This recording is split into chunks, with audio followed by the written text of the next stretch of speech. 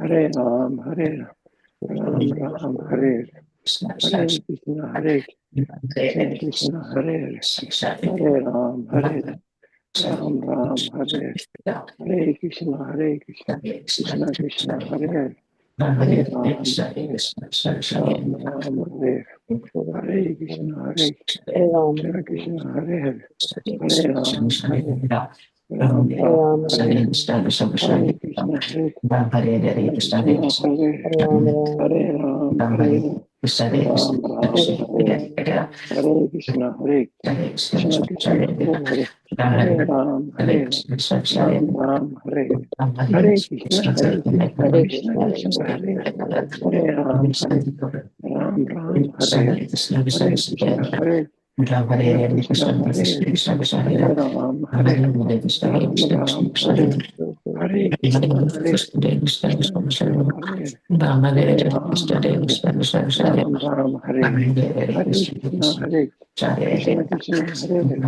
Hare Ram, Ram, Hare Hare Krishna, Krishna Krishna, Hare Hare Ram, Ram, Ram, Hare Hare Krishna, Krishna Krishna, Hare Hare Ram, Ram, Ram, Hare Hare Krishna, Krishna Krishna,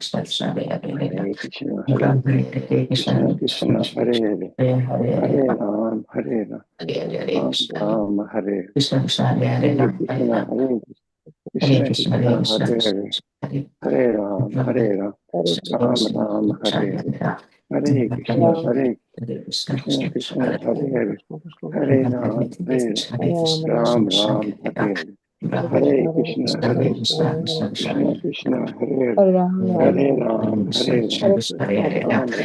Hare Hare Krishna, Krishna Krishna, Hare Hare Ram, Ram, Ram, Hare Hare Krishna, वाञ्छा कल्पतरुभ्यश्च कृपा सिन्धुभ्य एव च पतितानां पावनेभ्यो वैष्णवेभ्यो नमो नमः। अनंत कोटि वैष्णव वृंद की जय। नामाचार्य शिला हरिदास ठाकुर की जय। शिला प्रभुपाद की जय। Hare Krishna, everyone. Dandavat Pranam. Please accept my humble obeisances. All glories to Srila Prabhupada and Guru Maharaj. This is Premanandini Devidasi from Ashburn, Virginia. I thank you all for joining the morning japa session and for chanting so wonderfully. I'm going to read a quote by Srila Prabhupada for my own purification. This is from Nectar of Instruction. A devotee should not be anxious for name and fame. Such desires are compared to weeds in a garden which can choke the plant of devotional service. A devotee does not want any honor for himself, but he is prepared to give all honors to others. Our Bhagavatam speaker will be joining us shortly. So, meanwhile, may I know who all have joined the call today? Hare Krishna, Mataji, and Hare Krishna to all the devotees. Hare Krishna. Hare Krishna, Surinder Prabhuji, Dandavat Pranam. Please accept my humble obeisances. All glories to Srila Prabhupada and Guru Maharaj. Thank you so much for joining the early morning japa session, Prabhuji, and then again continuing with us for Bhagavatam class. Really appreciate. All glories to Srila Prabhupada and Guru Maharaj. Hare Krishna. Hare Krishna Mataji and Hare Krishna to all the devotees on this call. This is Geeta from Maryland. Hare Krishna. Hare Krishna, Geeta Mataji, Dandavat Pranam. Please accept my humble obeisances. Guru Maharaj ki jai. Thank you so much for joining, Mataji. Hare Krishna Mataji, this is Amritamani Devidasi from Augusta, Georgia. Dandavat Pranam to you and all the devotees. All glories to Srila Prabhupada, all glories to Guru Maharaj. Thank you, Hare Krishna. Hare Krishna, Amritamani Mataji, Dandavat Pranam. Please accept my humble obeisances. All glories to Srila Prabhupada and Guru Maharaj. Thank you so much for joining the morning japa session and for staying with us for Bhagavatam class, Mataji, regularly. Thank you so much.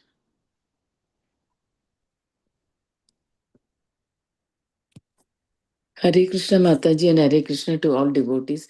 This is Malini from Ashburn, Virginia. Hare Krishna, Hare Krishna, Hare Krishna. Hare Krishna, Malini Mataji, Dandavat Pranam. All glories to Srila Prabhupada and Guru Maharaj. Thank you so much for your consistent association for chanting and the Bhagavatam class. Thank you, Mataji. Hare Krishna, Prem Nandini Mataji and all the assembled devotees. Dalvat Pranam, Shri Prabhupada ki jai, Guru Maharaj ki jai. This is Shamarasika Devidasi and Nikunjaras Das from Germantown, Maryland. Hare Krishna, Shyam Rasika Mataji and Nikunjaras Prabhuji, Dandavat Pranam. Please accept my humble obeisances. All glories to Srila Prabhupada and Guru Maharaj. Thank you so much for joining, Mataji and Prabhuji.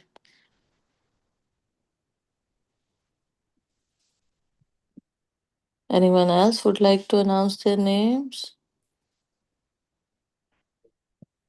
Hare Krishna Mataji, Madhavan Pranam to you and all the devotees on the call. Srila Prabhupada ki jai, Guru Maharaj ki jai. This is Rupini Padma Devi Dasi from Austin, Texas. Hare Krishna, Rupini Padma Mataji, Dandavat Pranam. Please accept my humble obeisances. All glories to Srila Prabhupada and Guru Maharaj. Thank you so much for joining, Mataji. I see that our speaker is on the call. So, Hare Krishna, everyone. Dandavat Pranam Prabhuji, please accept my humble obeisances. All glories to Srila Prabhupada and Guru Maharaj. Today we are extremely fortunate to have His Grace Vrindavan Vijay Prabhuji joining us from York, Pennsylvania. Prabhu is going to enlighten us on Srimad Bhagavatam, Canto 8, Chapter 14, text number 21. Prabhuji, whenever you are ready, you may take over the call. Hare Krishna. Hare Krishna, Mataji. And Hare Krishna, Mataji, can you make the co-host so I can share the verses?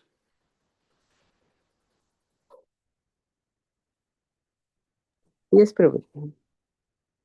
Thank you.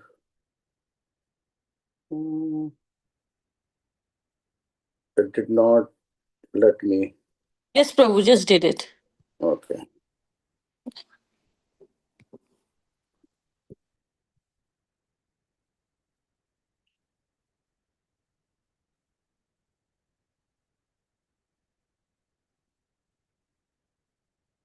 Okay, can you see my screen now? Yes, Prabhu, we can see your screen. Thank you. Om Ajnanatimirandasya Jnananjan Shalakya Chakshurunimilitam Yena Tasmai Shri Guruve Namah Shri Chaitanya Manobhishtam Sthapitam Yena Bhutale Swayam Rupa Kada Mahyam Dadati Swapadantikam Jai Shri Krishna Chaitanya Prabhu Nityananda Shri Advaita Gadadhar Shri Vasadi Gaur Bhakta Vrinda Hare Krishna Krishna Krishna Hare Hare Hare Ram Ram Ram Hare Hare Narayanam Namaskritya Naram Chaiva Narottamam Devim Saraswatim Vyasam Tato Jaya Mudire Nashtaprayeshu Abhadreshu Nityam Bhagavat Sevaya Bhagavati Uttama Sloke Bhaktir Bhavati Nashtaki Sranvatam Swakatha Krishna Punya Sraman Kirtana Hidyantasto hi abhadrani vidunoti suhrit satam Krishnaya Vasudevaya Deviki Nandanaya cha Nanda Gopakumaraya Govindaya Namo Namaha Govindaya Namo Namaha Govindaya Namo Namaha. Hare Krishna, all the devotees. So today we'll be discussing from Canto 8, Chapter 15, verse 21 onwards. So this is chapter is named as Bali Maharaj conquers the heavenly planets. And this chapter starts with Parikshit Maharaj asking questions, two questions basically. So this is from Shukadeva Goswami. And the first question he asked, why did the Supreme Lord, Vaman Dev, who is the proprietor of all the universe, why did he ask for 3 steps of land from Bali Maharaj? And after, why did he arrest him? And in response to those questions, Sukadeva Goswami start describing what happened after the last war between demons and demigods, asuras and demigods, which was from the end of chapter 11. So this is after in the last war, Bali Maharaj, he was kind of almost died, and but Shukracharya, his the spiritual master of all the Daityas, he brought him using his Mritya Sanjeevani Vidya, he brought him back to life. So Bali Maharaj was brought back to life, and after he was brought back to life, he became very even more devoted, and his faith on his spiritual master Shukracharya increased by multifold. So this is after all these Brahmanas, Shukracharya and all the Brahmanas, those powerful Brahmanas, the descendants of Bhragu Muni or Brahmarshi Bhragu, he was, they did Vishwajit Yagna, and Bali Maharaj successfully prepare him to again go and fight with the demigods. So Bali Maharaj, so after that he got, he prepares to attack Indra's city, which is also called Amravati. This Bali Maharaj, along with his soldiers and his commanders, he prepares to attack Indra's city. So today's verses, so now Sukadeva Goswami in these verses describing the city of Indrapuri or Amravati. So we'll continue from verse 21 onwards, which describe the beauty of the capital city of heavenly planets, which is Indrapuri or Amravati. So 21.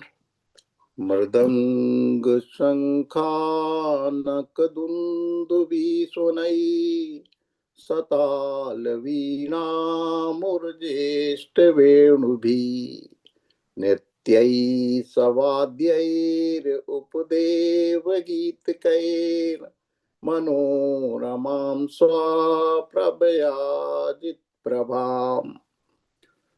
So this is translation.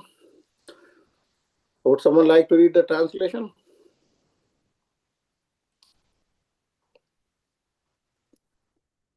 Hare Krishna, Prabhuji. Yeah, Mataji. Go This ahead. translation by Srila Prabhupada ki jai. Jai Srila Prabhupada. Gods filled with the sounds of mridangas, conch shells, kettle drums, flutes, and well-tuned string instruments, all playing in concert. There was constant dancing, and the Gandharvas sang. The combined beauty of Indrapuri, repeated beauty personified. Hare Krishna. Hare Krishna. So this verse is talking about those describing the beauty of Indrapuri. So the one important point what we see here is the Jit Prabham, the beauty personified. So even the beauty in personified. So even beauty is a person. Even the beauty, the deity of beauty is a person or is a Devi. So like in Vedic system, every aspect has a deity or demigod in charge. So if Sanatan Goswami, that we all may remember the story of Sanatan Goswami, when Sanatan Goswami stayed in Govardhana, so that time he had Chakleshwar Mahadev temple. So he used to have his bhajan kutir, he used to do bhajan. So there were a lot of mosquitoes in that area. So they used to disturb the bhajan of Sanatan Goswami. So Sanatan Goswami decided to move from that place to some other place. And when then the Lord Shiva, Chakleshwar Mahadev, came in his dream, and he said, Baba, you don't have to leave this place. I will take care of the mosquitoes. And then Lord Shiva went to the deity or demigod in charge of mosquitoes. So even mosquitoes have a demigod in charge. So mosquitoes, he went to the demigod in charge of mosquitoes, and Lord Shiva told him, and then he promised him that so no worries, and mosquito will not trouble anyone in this area in the future. What to say of Sanatan Goswami? Those mosquitoes are still there, but they don't bite or they don't trouble the people like now. And even today, it is said that there are no mosquitoes or mosquitoes, they don't trouble the people in that area. So idea is this beauty personified in our Vedic system. Every aspect has a deity or demigod in charge. So so this is the beauty of, we have read in the previous verses how beautiful the Indrapuri is, and our acharyas write that Indrapuri is the most beautiful in creation. Sometimes it is said the sun planet is considered very beautiful. So you might think like, sun planet, how can it be beautiful? It is so hot and fiery. How can it be, we say that it's beautiful? But yes, there are people living in sun planet. There are residents there, and our scriptures explain. But they have their own fiery bodies. So though their bodies are designed so that they can sustain those high temperatures present in the sun, on the sun planet. So they say even there are classrooms, there are preaching classes going on. The sun god Vivaswan is taking those, giving those, imparting those education. So, but the beauty of sun planet is nothing compared to the beauty of Indrapuri or Amravati. So, say the city was filled with sounds of mridangas, conch shells, kettle drums, flutes, and well-tuned string instruments, all playing in concert. So this is music or musical sound or music enhances the beauty. So that is always with even if you go to temple, and it's typically in ISKCON temple, if you go when the kirtan is going on, or in some temples we have 24 hours kirtan. So when you go, when the kirtan is going on, the beauty of deity is enhanced multifold. So this is and if you go to take darshan when there is no kirtan going on versus when kirtan is going on, so you can feel that how this kirtan, this musical background, that the kirtan increases that the beauty of the deities. So it is said that music enhances the visuals. And that is the same principle even in the movies. Even in the movies, you see that the background sound, background music. If that background music is not there, movie probably will not be as interesting like to watch.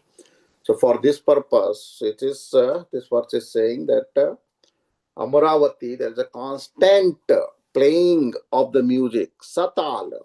The word used is satal, is like and Nrityai Savadhyair. So this is all the instrument they're playing coherently in like playing in concert, and continuously dancing and singing is going on.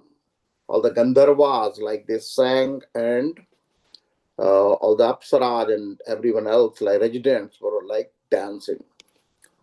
So that is because in heavenly planets there is no old age and disease. There's a birth and death, but there's no old age and disease. So all the residents, like, they're free from, and a lot of facilities for higher sense enjoyment. So there's no purport in this. So we'll move on till we find a purport to these verses. Yamna vrjanti adharmishtha khala bhut dhruva shatha manina kamino lubdha ebirhina vrjantiyat. Any volunteers to read this translation? Yes, Prabhu.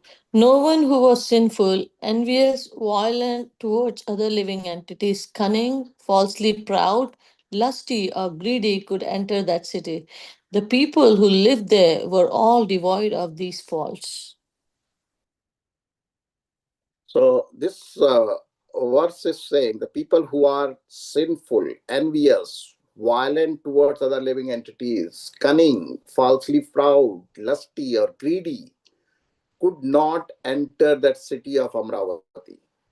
So this is only, and we see that only the people who are predominantly in mode of sattva, mode of goodness, they only go to the heavenly planets. Even Bhagavad Gita, Lord says, urdhvam gachanti sattvastha madhe tishtanti rajasa jaganni gunavrattestha adho gachanti tamasa. So only urdhvam gachanti sattvastha, only those persons who are predominantly in the mode of sattva, they go to heavenly planets. So those people, these are, and so the qualities, that's why this it is said that people who have these other characteristics of tama and rajas, tamoguna, they're not allowed to enter that city of Amravati. So this is sattva guna. Tatra sattvam nirmalatvat prakashakam anamayam. Tatra sattvam nirmalatvat. Sattva is purifying. Sattva is purifying. It purifies all these sinful tendencies and sinful reactions. So that's why those people who are not in sattva, or they are more into the lower modes, tamo and the tama, and more in rajo and tama, they are not allowed to enter those city of Amravati. So people are not sinful in Indrapuri. So demoniac people could not enter Indrapuri. There's no purport, so let us go to the next verse. Tam devadhanim savaruthini patir bahi samantad rurudhe pratanyaya acharya dattam jalajam mahaswanam dadmau prayunjan bhayam indrayoshitam. Can someone read the translation who has not read? Hare Krishna. Yes, Prabhuji. Hare Krishna. Translation. Bali Maharaj, who was the commander of numberless soldiers, gathered his soldiers outside his abode of Indra and attacked it from all directions. He sounded the conch shell given him by his spiritual master Sukracharya, thus creating a fearful situation for the woman protected by Indra. Thank you, Prabhuji. So reading the descriptions of beauty of Indrapuri. So we have been till this what we have been reading, this beauty of Indrapuri, how we might get attracted, like, this is sometimes so this is but situation, what a nice breeze, what a nice beauty, what a nice beautiful apsaras, all that we read all this beauty of Indrapuri, but soon the situation changes. That is the nature of material world. It's all temporary. There's nothing like no lasting happiness here. So this is all of a sudden like now this is the Bali Maharaj along with its commanders and soldiers. He surrounded the city of Amravati and he sounded the conch shell and declaring that yep, that city has been attacked. So this is so we see in material world, that's the nature of the material world. There is situation can change in a moment like now.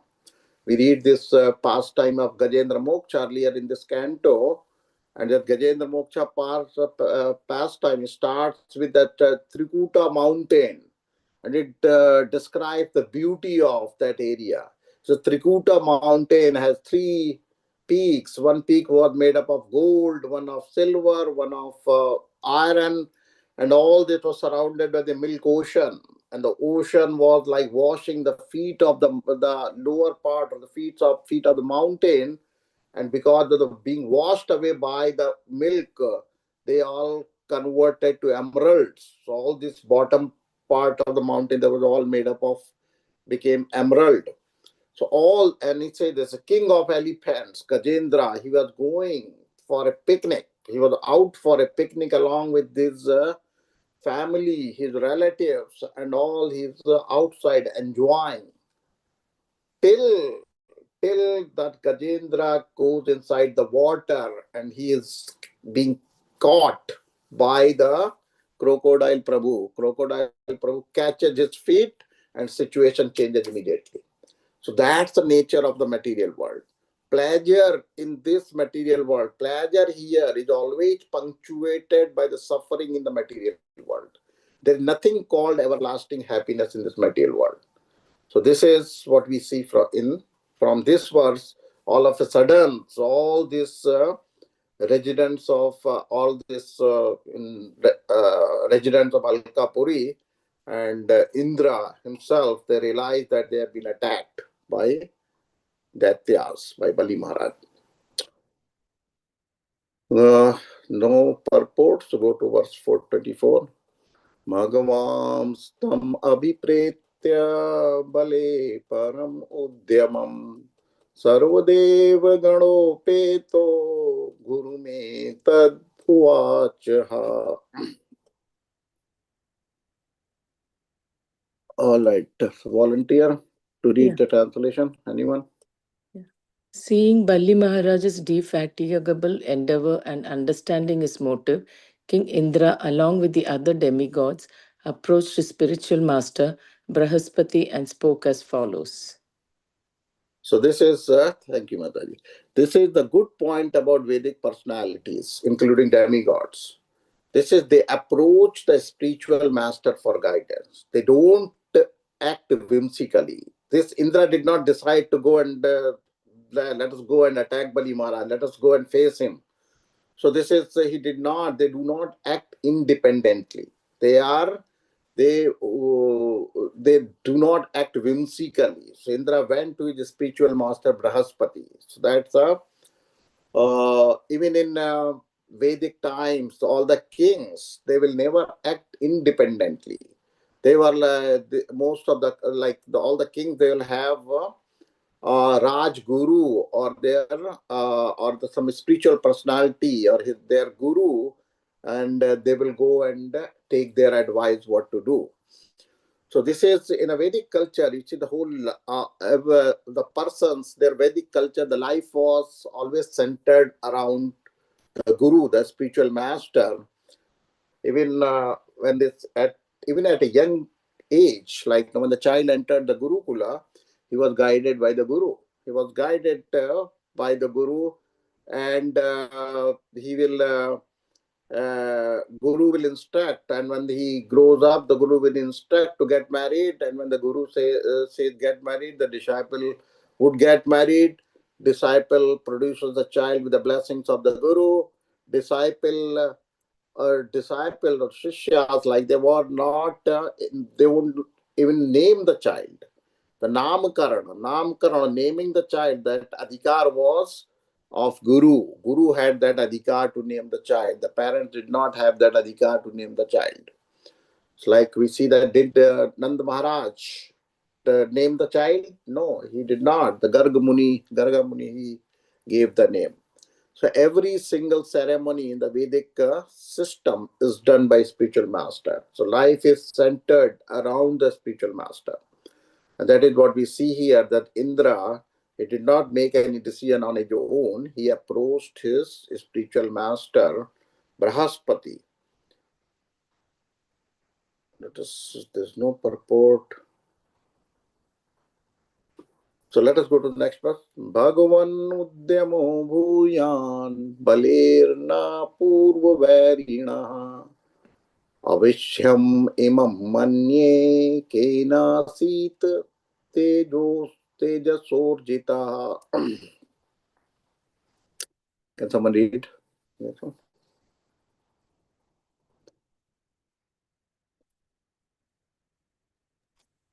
Yes, Hare Krishna Prabhuji, I will read it. Yeah, The translation, right? Yeah, translation. Yeah. Go ahead, Madhuri. Thanks to Vibhu Chaitanya Das, Vineet Dubey, Bhakt. No, Mataji, the bold part, the translation. Okay. There's 2 lines below the translation. Thank you, Prabhuji. My lord, our old enemy Bali Maharaj now has new enthusiasm and he has obtained such astonishing power that we think that perhaps we cannot resist his prowess. Hare Krishna. Hare Krishna. So this is the Bali Maharaj.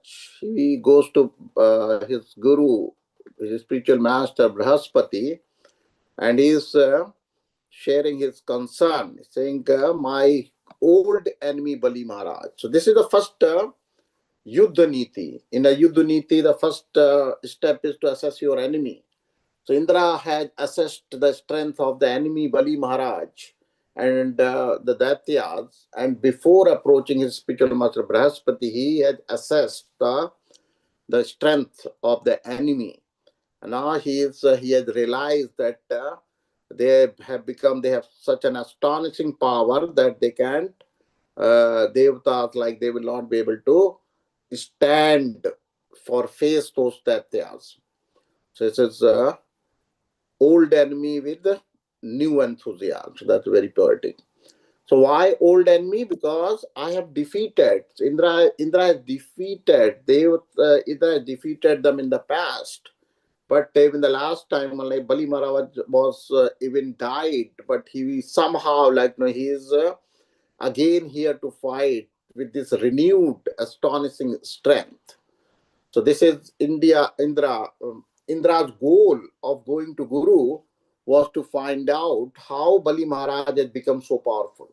I've just defeated him some time back, and now he's again he's again with the even more power, even more multifold more power. This astonishing power which is even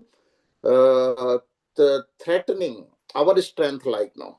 He has again come back to fight with me. So how Bali had become so powerful? That was the question Indra was trying to ask. So this is next verse. There's no purport in these verses. Nanam kaschit kuto vapi pratvyodhum adhishwaraha pimanniv mukhe nedam lihanniv disho dasha dahanniv disho dragbhi samvartanir ivothita. Can someone read the translation?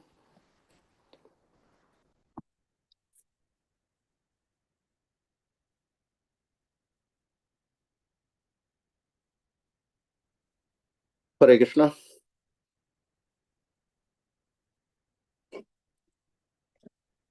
All right. So, can I read? I can. Yeah, please go ahead, Prabhu. No one anywhere can counteract this military arrangement of Bali's. It now appears that Bali is trying to drink up the entire universe with his mouth, lick up the 10 directions with his tongue, and raise fire in every direction with his eyes. Indeed, he has arisen like the annihilating fire known as Samvartaka. Hari Bol. Hare Krishna. Thank you, Prabhu.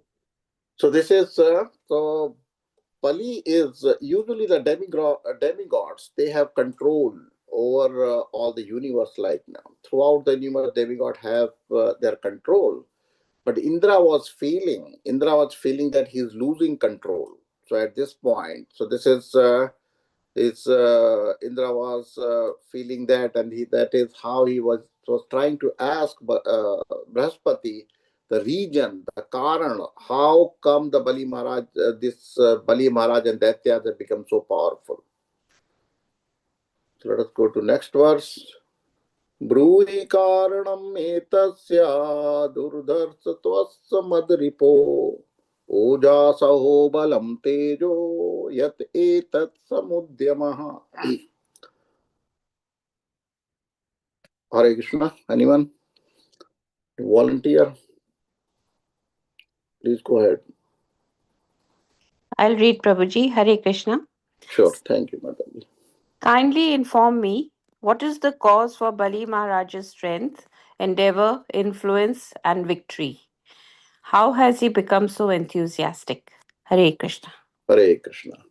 So Bali Maharaj had gained not only his bodily strength and his aura, his teja, his sensual strength around him. He has, so Indra has seen that, and now he's asking Brahaspati, how has he gained all this power? So Indra's intention was that, tell me, Guru Maharaj, please tell me, and I'll also do the same, so that I also can become powerful like Bali Maharaj. So that was his intention. Okay, this one has purports. Okay, so verse 28. Sri Guru Vacha Janami Maguman Chatro Unnaterasya Karanam Shishyayopabratam Tejo Bragubir Brahmavadibi. Can someone read the translation? Hare Krishna, Prabhuji. Hare Krishna Mataji. Translation by Srimad. Brahaspati, the spiritual master of the demigods, said, O Indra, I know the cause for your enemies becoming so powerful.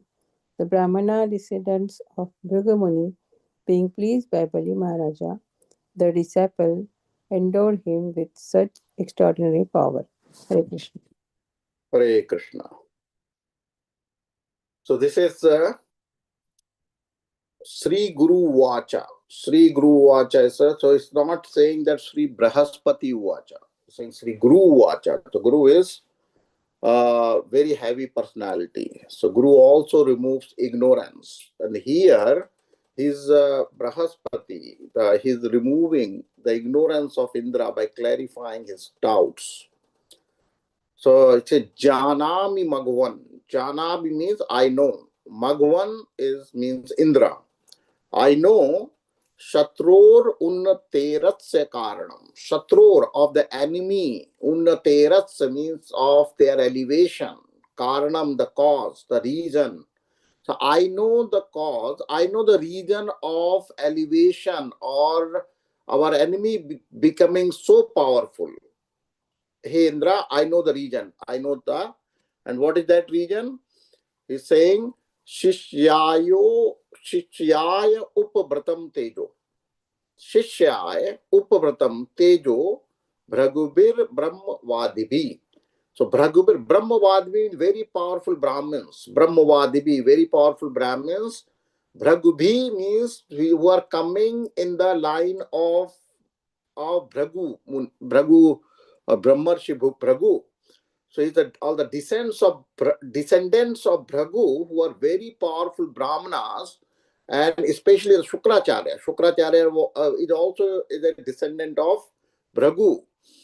So he says those Brahmins, they by being pleased by the service, faith and devotion of Bali Maharaj, especially the Shukracharya, he has Upbratam Tejo. He has given him that Teja, that power, that strength. to Shishyayo, his Shishya, Bali Maharaj. Bali Maharaj is the Shishya of Shukracharya. He says the Shukracharya who has given Shukracharya and other powerful Brahmins, they have given that power to their disciple Bali Maharaj. Upabratam Shishyayo Upabratam Tejo Bhragubir Brahmavadini. How? By being pleased by the service, devotion, and faith in the Guru, faith in the spiritual master of Bali Maharaj. So that is what it's saying. We see that it's a very, very important principle, very, very important principle that pleasing the Guru. So if Bali Maharaj has pleased his Guru and Brahmanas to become, and they have given the power, that is why the Bali Maharaj had become so powerful like now. The Brahmins, including Shukracharya, have given their powers is Brahma Tejas. The power of the Brahmanas is called Brahma Tejas. That's called Chhatra Tejas and Brahma Tejas.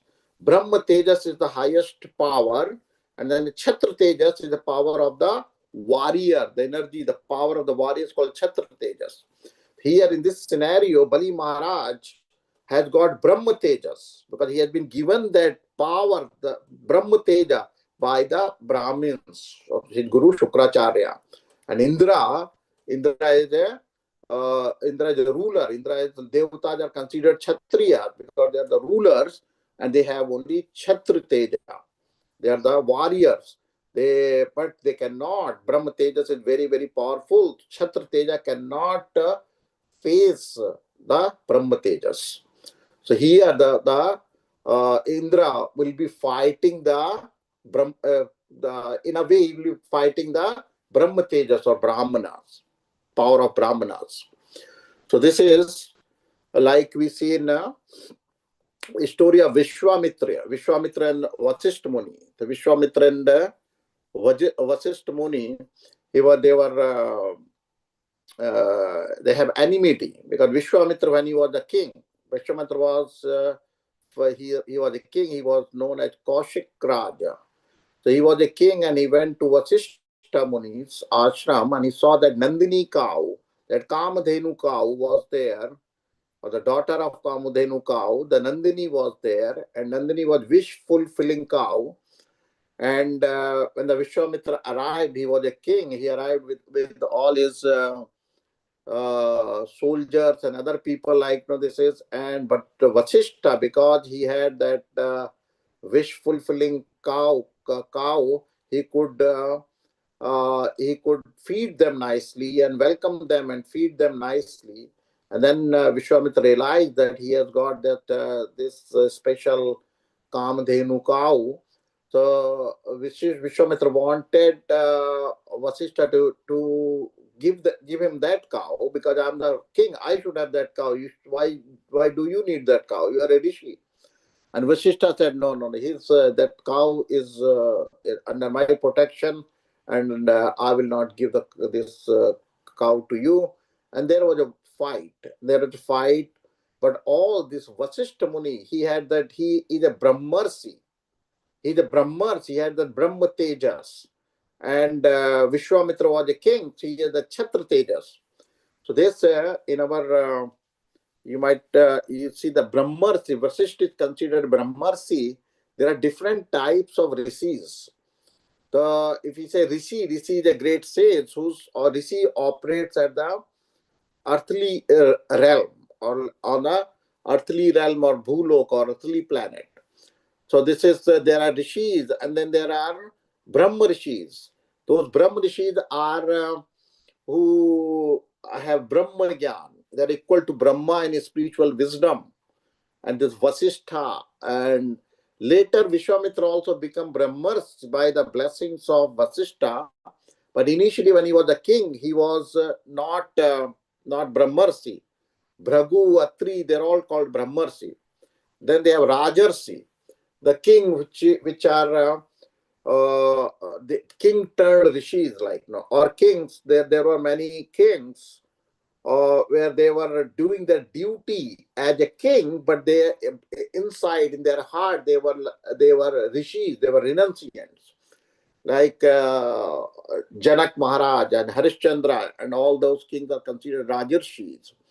Then we have Devarshis, Narad Muni. So we have the famous Devarshi Narad. We always see his Narad Muni is called Devarshi Narad. And this is Parvat Muni was also Devarshi. So this Devarshi, they reside in heavenly realms, realms, and they can travel between different lokas. Then we have Maharshis. Maharshis are the great rishis, but they are below Brahmarshis, like Valmik. We say Maharshi Valmik, Maharshi Vyas, Maharshi Markandeya. So they're all Maharshis. And then we have Saptarishis, Saptarshis. There are 7 eternal sages, which are like stars in the sky. Sometimes we see those in them and their abodes from the earthly planet. We can see those 7 stars. They are the abodes of those 7 rishis. Those 7 rishis are highest spiritual authorities. So they are different. So here we see this Vasishtha was Brahmarshis, and the Vishwamitra, when he was trying to take that Nandini cow by force, but because of the Brahma Tejas of Vasishtha, Vishwamitra could not stand against him like now. So this is then Vishwamitra decided that this rishi is so powerful that he defeated all my army. I also want that power I also want to become that power of Brahma Tejas. He renounced his kingdom. He went and he did tapasya for a long time. But there's a long story when the Indra sent the Menaka and his tapasya got broken many times. And then finally the Devatas gave him the title of Rajarshi to Vishwamitra. And finally, but Vishwamitra at the end, he still had that anger issues. He was and then finally, when he was purified from that anger, then Vasishtha, he went and he blessed Vishwamitra, and he told that from now onwards you'll have this title of Brahmarshi. I bless you with the title of Brahmarshi. So he becomes Brahma Rishi or Brahmarshi. So that is, so he was, even here also, you see, those Bali Maharaj has the Brahma Tejas, and the Brahma Teja was given by those Brahmavad, Bragubir Brahmavadbi, by the Brahmins coming in the line of Bragumuni, including Shukracharya. So this is, so we see here that finally Brahaspati indirectly, here Brahaspati is answering, is telling how come Bali Maharaj has become so powerful. And Brahaspati, our Acharya died, he's indirectly even hinting to Indra that no, I'm also equally powerful. We are also equally powerful. If you do the same what Bali Maharaj did. But Indra was not like sometimes we hear those, if you remember that story when the Indra disrespected Brahaspati and he was cursed by Brahaspati to become a pig. So he took birth as a pig in the earthly planet, and he was living in the big pig's body. So Indra was not always very respectful towards his guru, towards his spiritual master Brahaspati. So here he's indirectly hinting that I'm also equally powerful. Or like this, if you do the same what Bali Maharaj did, you also put your faith and devotion in me, and please me, then I can also award you. I can also award you that power, and you'll also become powerful and will be able to defeat the Asuras. So this is so let us read the purport here. Can someone read the purport? Hare Krishna. Yes, Prabhu. Go ahead. Yeah. Brihaspati, the spiritual master, of the demigods informed Indra, ordinarily Bali and his forces could not achieve such strength, but it appears that the Brahmana descendants of Brigumuni, being pleased with Bali Maharaj, endowed them with this spiritual power. In other words, Brihaspati informed Indra that Bali Maharaj's prowess was not his own, but that of his exalted Guru Shukracharya. We sing in our daily prayers, Yasya Prasadat Bhagavad Prasado, Yasya Prasadat Nagati Kutopi. By the pleasure of spiritual master, one can get extraordinary power, especially in spiritual advancements. The blessings of the spiritual master are more powerful than one's personal endeavor for such advancement. Narottam Das Thakur therefore says, गुरु मुक्त पद्म वाक्य चितो गुरु मुख्य पद्म वाक्य चित्त करिया आख्या arana kariho mani asha. Especially for spiritual advancement, one should carry out the bona fide order of the spiritual master. By the parampara system, one can thus endow with the original spiritual power coming from the spiritual personality of Godhead. Evam parampara praptam imam raja shayo viduhu. Hare Hare Krishna. Krishna. So this is a nice purport by Prabhupada. So power of pleasing Guru. So this verse is highlighting or glorifying the power of pleasing Guru. The blessings of Guru are more powerful than one's personal endeavor. So by carrying out the order of the Guru for his pleasure, one can get extraordinary powers, especially. So this is the essence of this verse. The pleasing your Guru, like pleasing your Guru. Guru can bless. If the Guru is pleased, he can bless, and you can get the special extraordinary powers, especially in spiritual advancement. So this is once Srila Prabhupada, just in 1936, when before Bhakti, his Guru Maharaj, His Holiness Bhakti Siddhanta Saraswati Maharaj, just before he left, Prabhupada wrote him a letter. And Srila Prabhupada wrote him a letter, and he wrote that, Dear Guru Maharaj, like, I want to serve you. Please tell me, how can I serve you? I have that deep desire in my heart to serve you. Please guide me. Please tell me, like, how can I please you? How can I serve you so that you are pleased? And Bhakti Siddhanta Saraswati Maharaj, this was in December 1936. It was around, I think, 9th or 10th of December, around that time. And Bhakti Siddhanta Maharaj, he left his body on December 31st, that around 3 weeks before. And Bhakti Siddhanta Maharaj, he replied after 3 days, and he wrote that, I reiterate, and I have that I would like that you preach this message of Chaitanya Mahaprabhu in English to the Western world. This will do good to you, and this will also do good to rest of the world. So this is what he wrote. And Prabhupada used to say, like, when Prabhupada came to West, and that this is whatever I was, and Prabhupada was so successful that he established like 108 temples in short period of 12 years of time. And when Prabhupada was asked, he would always give credit to his Guru Maharaj. He'll say, this is the mercy of my Guru Maharaj. He has sent. He used to tell his disciples, my Guru Maharaj has sent you all to help me in this preaching, establishing this movement of Chaitanya Mahaprabhu. And he'll always give the credit to his Guru Maharaj. So that is the power of the blessings, pleasing the Guru. So this following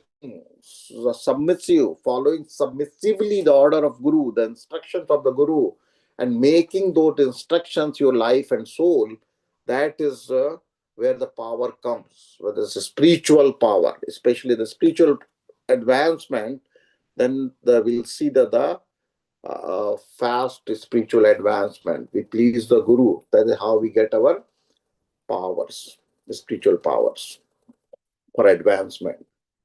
So how can we please the Guru? Guru, we can we talk about the Vani Seva or Vapu Seva. So Vani Seva and Vapu Seva. Vapu Seva is like physically serving the Guru. So not Prabhupada wrote to his Guru Maharaj, Bhakti Siddhanta Saraswati Maharaj, that I am not able to physically live with you and serve you in the ashram. So this is because I'm a grahastha, I have other things, I am not able to do that. But please tell me, like this is instruct me so that I can serve you. I can do Vani Seva. So this is Vapu Seva. Vapu Seva is good, but the goal of the Vapu Seva is also to have more faith in Vani Seva. Ultimately, we have to improve.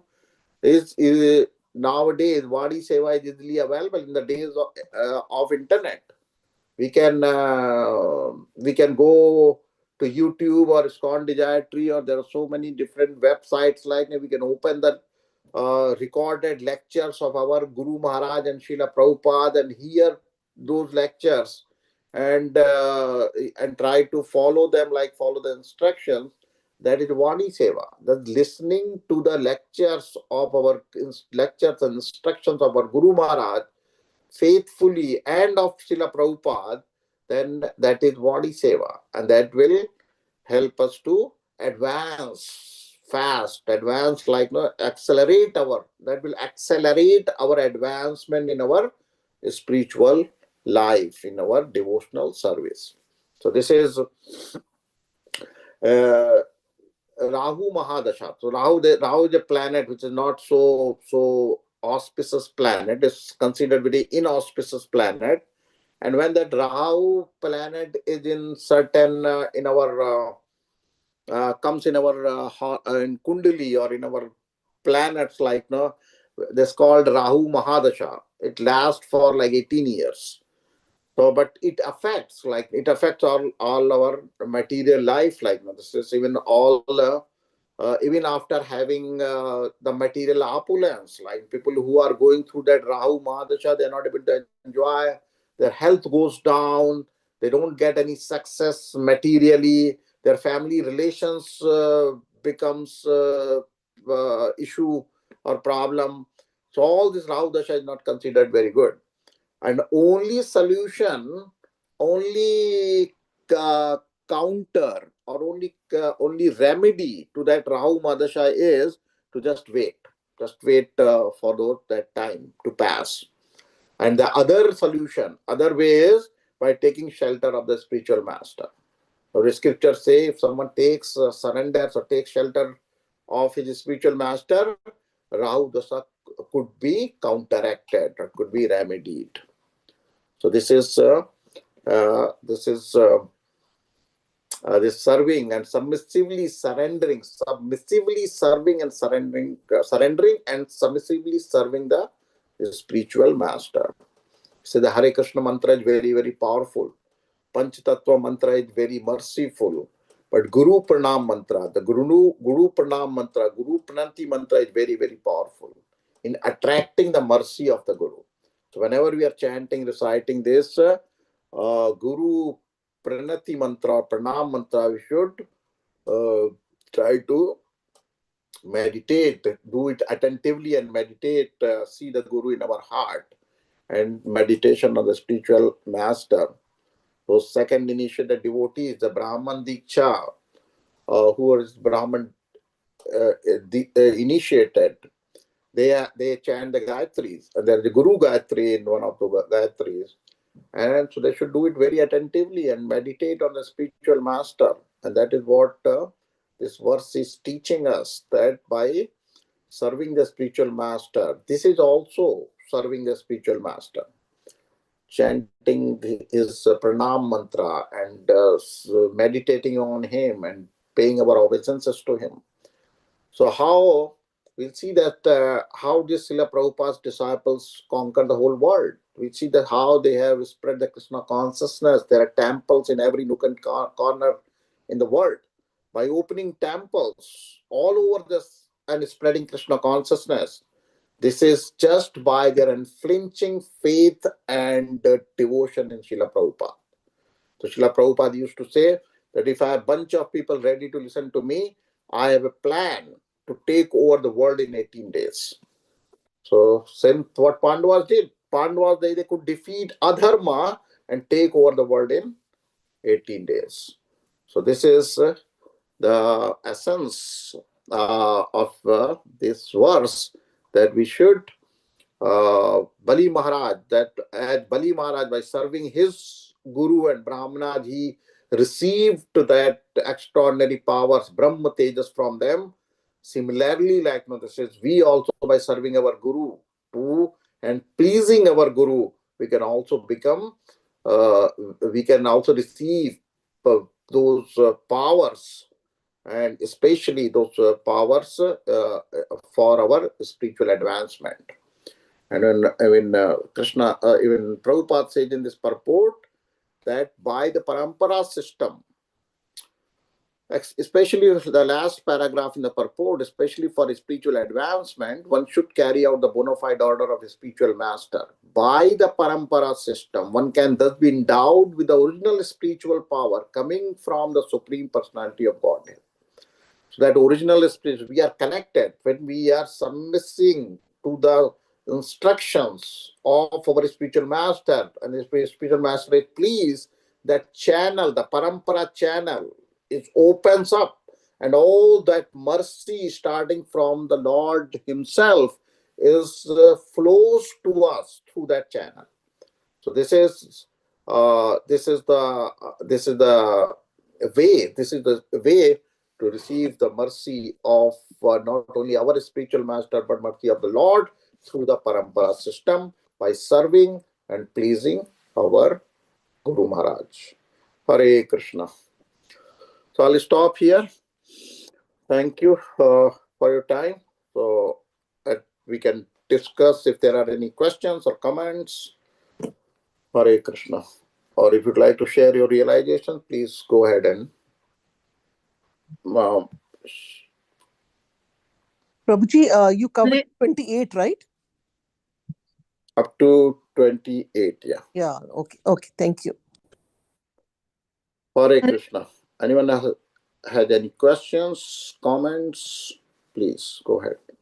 Hare Krishna Prabhu, thank you so much for explaining these verses so nicely. And I was initially really astonished to see how even in heavenly planets there is competition.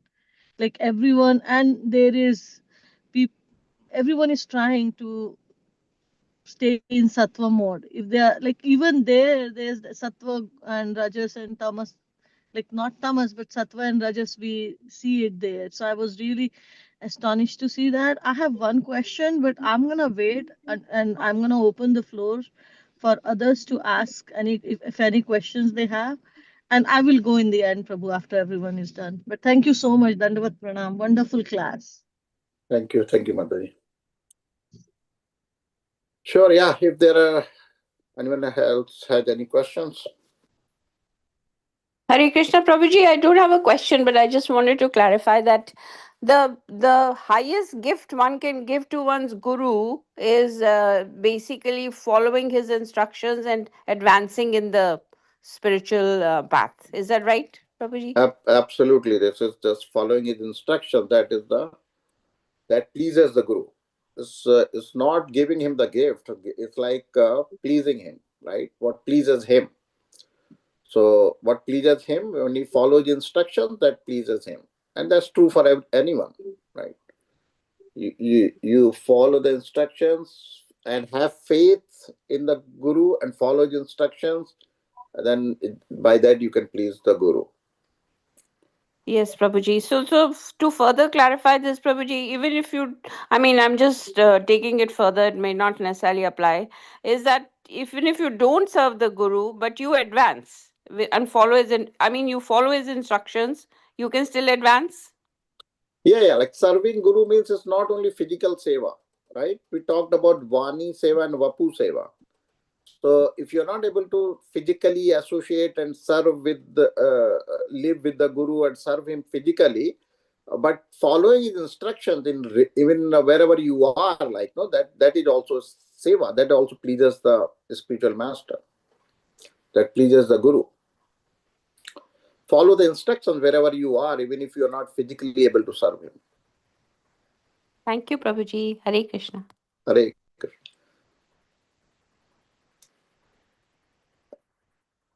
And when we follow these spiritual instructions of the Guru, like they see that, then you not only please your Guru, you please the whole parampara, right? When you spiritually advance, like all this, our spiritual master and the parampara, they are. When you become someone becomes a pure devotee, then all the parampara and your Guru Maharaj, they all become very, very pleased, very happy. Yes, Prabhuji. Thank you, Prabhuji. Hare Krishna. Hare Krishna. Hare Krishna Prabhuji, Madanat Pranam, all Guru Prabhupada Guru Maharaj. So Prabhuji, you were mentioning in your class about in the beginning, like the circumstances suddenly change, and there is a situation that happens in the material world, right? Right. Uh, is this happening because of like our own karma, or is it because good for us?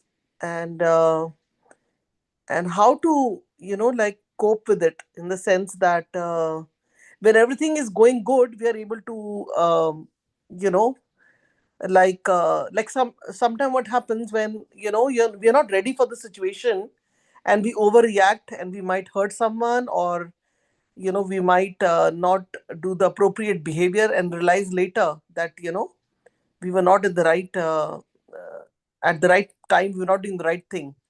So it's very challenging actually. So how we can be always ready on guard, that yes, today we are in some kind of a happiness situation, but then next time it's going to change, and how to be ready.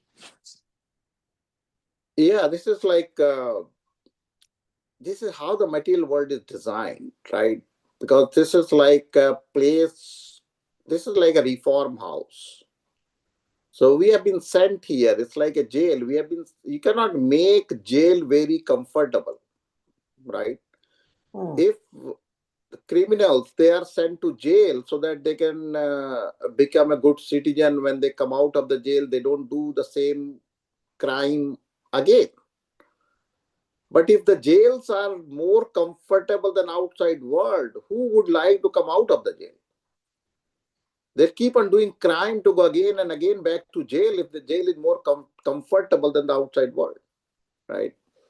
So this is that's why jails are not made those comfortable. That's why this material world is not designed to give you lasting happiness. It is no one has like happiness is always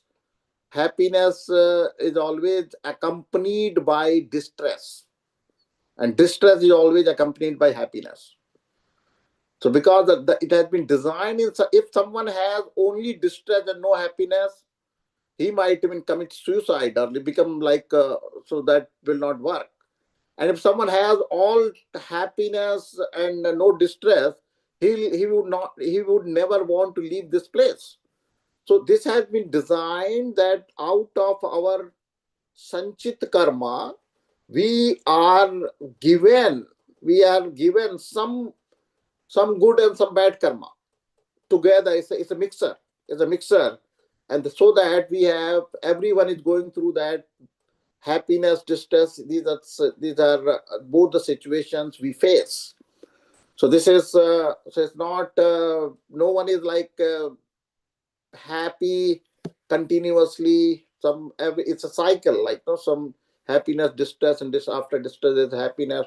All that, like this is just to make just so that we are still in the hope of that happiness. We can still survive here, like go through spend our time, whatever time we have been given in this body. So that's one thing. Second thing is, so that's the nature. And once we have realized or we have recognized the nature of this material world, then we can be prepared. Material nature is working as per its own laws. Material nature is working as per its own laws. It will continue to working as per its own laws. But whether we want to, if we are not, because we are attached to it, that's why we feel happiness and distress. Happiness or suffering, this is all for all our mental thing. Like, it's not real. It's not real. That our script is this all created by our mind. So what happens, like because of the identification with this body, or let me make it more clear. Let me give an example. If someone, like if we bought a new car, if you bought a new car, and you bought a new BMW 7 Series for like 150,000 car, and you bought a new car, and from showroom you directly drove to your driveway, and it was that in your driveway, and some children were playing in the neighborhood, and they came and they scratched the car. If they scratched the car, it's just a new car, you just brought it from the showroom directly to your driveway, and when we look at it, it looks like as if our heart had been scratched. Like, so now, why a person, the why we feel that way, it's not what we have been scratched, if not we have been hurt, it's scar. And if someone scratches the neighbor's car, we have no problem, we don't feel any pain. If someone neighbor's car has been scratched, we feel no pain. But if it is our own car, then we feel pain. So, and who feels? So why do we feel pain? Because we have identified with that car. We have considered that this car is mine. When you say this car is mine, then if the car gets a scratch, we have a pain. But if we have no attachment, if we have no attachment and we do our work as a duty, then there's no pain, or there's no pain. So, Mataji, to your answer, like, it's like another example. If you are someone is walking your child outside in the park, and the child, your son or daughter, she is young and she was running and she fell down, you feel that pain. You run, like, no, you just run and see like if they're hurt or not hurt. You feel that pain. But at the same time, the same park, the other kids are falling down, but you don't feel any pain for them. So it is just this identify. This, in technical words, we say that identifying with the body is the cause of all our problems, all our pain. Like identifying with the car is the cause of our pain. Identifying with the child is the cause of our pain. Identifying with our body is the cause of our pain. Body is matter. Matter is going through its own laws. Matter is not controlled by us. And this is temporary. But soul has identified with this body. This is my body. This is my body. So when something happens to body, soul is that in its conditioned state. In a pure state, soul never feels any pain. But now we are in conditioned state. We are attached to the body, so we feel that pain and pleasure of the body. So same thing, like the body is, if we are eating rasgullas, the soul will be pleased also by the And if your body is going through some pain or problem, the soul will experience that pain also. But this pain and pleasure is all not real, because this is just artificial situation. Because we have identified with a body, material body, which is not us. We are not this body, we are the soul. So if we can detach ourselves from this body, then we'll be happy even while living here. And that is called self-realization. That is called self-realization. When we can completely detach, the soul can completely detach from the body and uh, serve the super soul in the heart. Mataji, does that make sense? Yes, Prabhuji. And one line more you mentioned about Gajendra. Just one line you spoke in which we know that the Gajendra and that's also very consoling to the heart, because he and that crocodile, they faced a situation where Gajendra was in more pain than the crocodile, right? And he was going through his own karma. And that time also he didn't really ask for help. He was only offering a flower to Lord Vishnu. So, I mean, in the sense that, I mean, very, very nicely you mentioned about, how we should, the example of car and the child, very true. But at the same time, like sometime when we, there is a very negative kind of a situation, or, then we have to understand that it's our own karma and that gives us relief. So that's also a good way to take it. Yeah, like this is all, whatever situations come in our life, they're all because of our karma, right? Because our past karma, good or bad, those situations come to us. But in those situations, uh, whether to become miserable or not to become miserable is in our hands, right? So, Prabhuji, when we are saying that the karma is coming to us, then that time we are, thinking that this is my car.